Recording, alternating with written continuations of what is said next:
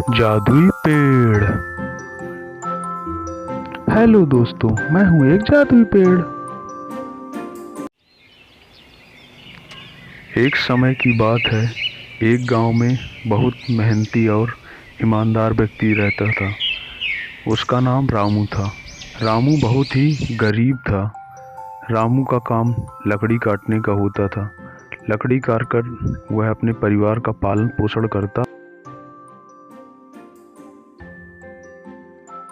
लकड़ी काटकर बेचने से जो भी आमदनी होती वह परिवार के सभी सदस्यों का पेट भरने में लगा देता, पर इससे उसकी गरीबी में कोई भी सुधार नहीं आया।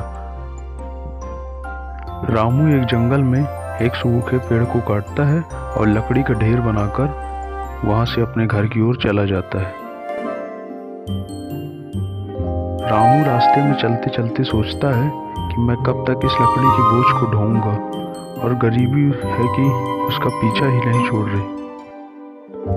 कुछ समय ऐसे ही बीत जाते हैं। फिर अगले दिन जब रामू जंगल के रास्ते लकड़ी काटने जाता है, तब वह कहता है, अरे भाई, आज तो जंगल में लकड़ी ही नहीं मिल रही। अगर लकड़ी न मिली तो मेरा परिवार भूखा मर जाएगा। क्यों ना मैं इसी हरे पेड़ को काट लूं। फिर कुछ देर बाद सोचने के बाद रामू उस हरे पेड़ को काटने लगता है। जैसे ही रामू पेड़ पर कुल्हाड़ी चलाता है, पेड़ से आवाज आती है, अरे भाई, मुझे मत काटो। मैं एक जादुई पेड़ हूँ। अगर तुम मुझे नहीं काटोगे तो मैं तुझे एक जादुई वरदान दूंगा। ठीक है जादुई पेड़, मैं तुम्हें नहीं काटूंगा। ठीक है, जैसे ही तुम छपक छपक जादुई पेड़ बोलोगे, तुम्हारे सामने तुम्हारी इच्छा की चीज प्रकट हो जाएगी।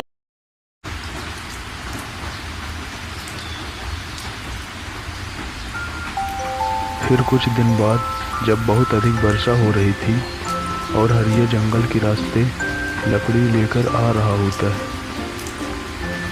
तब उसकी सारी लकड़ी भीग जाती है और वह बहुत उदास हो जाता है। मेरी तो सारी लकड़ी भीग गई। अब मैं इन्हें बाजार में कैसे बेचूंगा। हाय राम।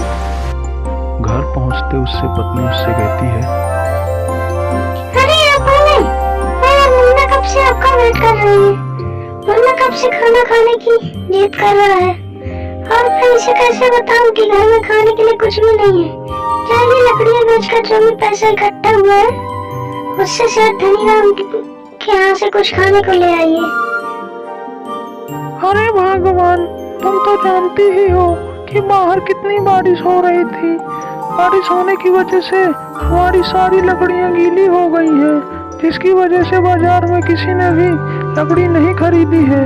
पूरे दिन मैं वहीं था बाजार में, किसी ने भी नहीं खरीदी। पर तुम चिंता मत करो, मैं सेठ धनीराम के यहाँ से कुछ न कुछ खाने को ले ही आता हूँ। चिंता मत करो तुम। फिर रामू सेठ धनीराम के यहाँ जाता है।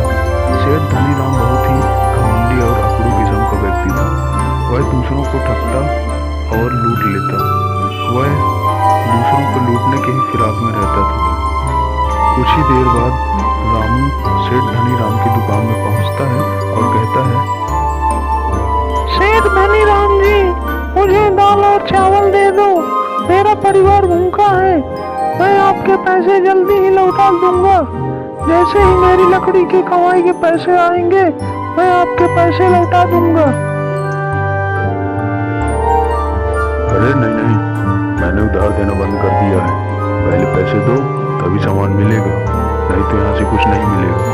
पैसे दो, नहीं तो जाओ यहाँ से। पता नहीं कहाँ कहाँ से आ जाते हैं। और वैसे भी तुम अपने परिवार का पालन पोषण कर नहीं पाते हो, मेरे उधार पैसे क्या चुका पाओगे। ऐसा न कहिए सेठ जी, मैं आपके पैसे जल्दी ही लौटा दूंगा। अगर आपने मुझे दाल और चावल नहीं दिए तो मेरा परिवार भूखा मर जाएगा। सेठ जी, दया कीजिए सेठ जी। भूखा मरता है तुम मरे, मुझे क्या। अब भाग यहाँ से, जाता है कि पुलिस को बुलाऊं। सेठ धनीराम रामू को वहां से डांट कर भगा देता है।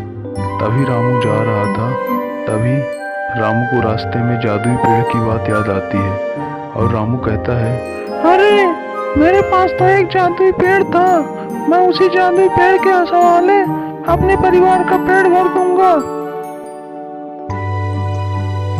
अरे ये क्या, आप तो खाली हाथ आ गए, खाने के लिए कुछ नहीं लाए बच्चे के लिए। क्या आज हमारे बच्चे को भूखा ही सोना पड़ेगा? अरे नहीं भगवान, हम अपने बच्चे को भूखा कैसे रख सकते हैं? तुमको याद है, मैं एक दिन जब जंगल के रास्ते जा रहा था तब मुझे जंगल में एक जादुई पेड़ मिला था। उसने मुझे एक जादुई वरदान दिया था। उसी वरदान की सहायता से मैं तुम तीनों का पेट भर दूंगा। आप देखो उस जादुई वरदान का कमाल। छपक छपक जादुई पेड़, छपक छपक जादुई पेड़।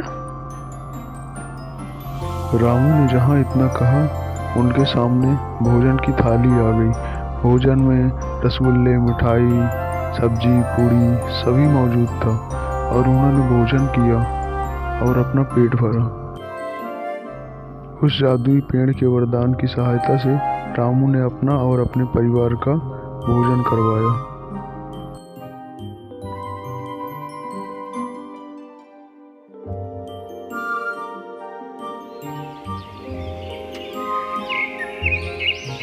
कुछ समय बाद रामू ने अपनी एक फल की दुकान खोल ली, जिससे उसे बहुत फायदा हुआ। फल ले लो फल, पके पके रसीले मीठे फल, फल ले लो फल।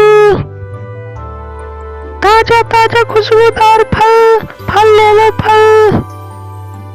क्या बेटा, कैसे फल दे रहे हो? देखने में तो बहुत ताजा दिखाई दे रहे हैं। मुझे 2 किलो दे दो। हाँ रामू भैया, हमको भी फल दे दो। हमें बाजार का फल अच्छा नहीं लगता है। आपकी दुकान से ही आज के बाद हम फल लिया करेंगे।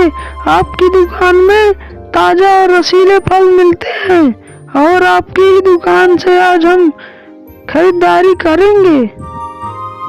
मैं आप दोनों का धन्यवाद करता हूँ कि आप दोनों को मेरे दुकान के फल आपको बहुत पसंद आए हैं और मैं ऐसे ही आपको फल देता रहूँगा और मेरी दुकान में आप और ताजे ताजे रसीले फल ले जाइए। बूढ़ी दादी को और गांव की उस महिला को रामू के फल बहुत ही अच्छे लगते हैं, जिससे रामू उनका धन्यवाद करता है। इसी तरह रामू की जिंदगी धीरे धीरे सुधर जाती है और वह नेक रास्ते पर चलता है। कुछ समय बाद रामू अपने और अपने परिवार के सदस्यों के लिए एक बड़ा घर खरीदता है, जिसमें सुख सुविधाओं की सारी सुविधा मौजूद होती हैं और रामू और उसका परिवार खुशी खुशी रहने लगते हैं। इस कहानी के लेखक हैं प्रभात केवट।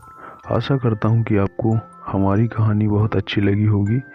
अगर आपको अच्छी लगी हो तो कमेंट करें और हमारे चैनल थैंक्स इंडिया को सब्सक्राइब करें और बेल आइकन के बटन को दबाना ना भूलें। मिलते हैं अगली ऐसी ही मज़ेदार स्टोरी में। धन्यवाद।